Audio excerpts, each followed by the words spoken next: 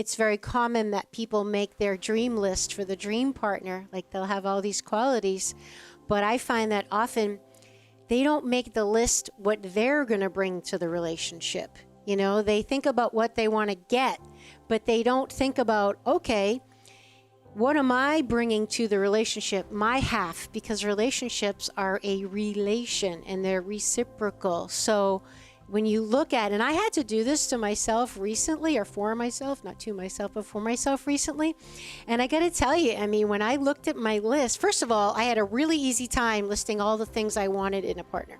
That just was like flying off the pen. But as soon as I got to the Amy side, because I just took a piece of paper and did 2 columns. This is what I want. This is what I bring.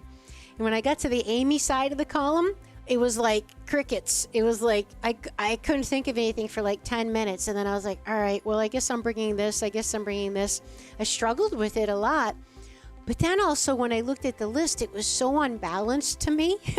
And I was thinking, you know, what kind of man would want a woman like this? Like, is this a match? Looking at the 2 columns, you know, you can't attract something you're not. You know, everyone knows that saying.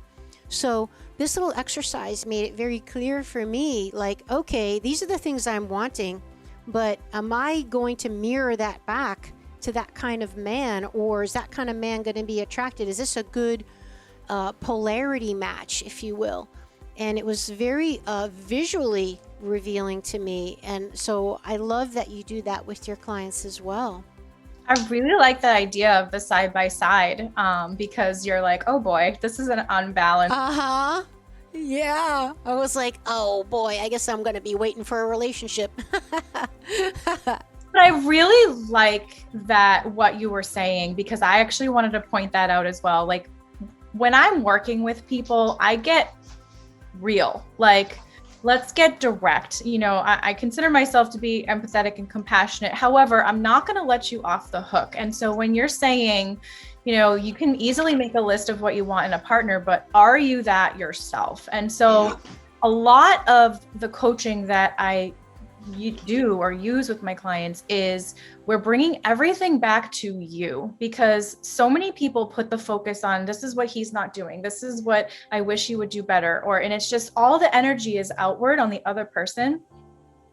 It should be coming right back. You take that and you bring it right back to you, and you think about not only what are you offering to this relationship, but like I said, why do you want all these other things? And one of the things that I use the relationship wish list for is actually to allow you to give those things to yourself first, rather than having or expecting and asking the other person to give it for you. So, you know, I'm sure everybody's heard the phrase like fill your cup first. And so if you have a wish list of, I want to feel supported. Okay, well, before you reach outward for that in your partner or in somebody you're dating, how can you make yourself feel more supported? Think of specific action steps that you can do. I want to feel beautiful, loved, whatever it is on your top 5. Make sure that you're doing something daily, weekly, that's making you feel that same feeling, but it's coming intrinsically. Because I think a lot of people enter relationships because obviously we all want to feel good. I mean, that's why we do everything, right?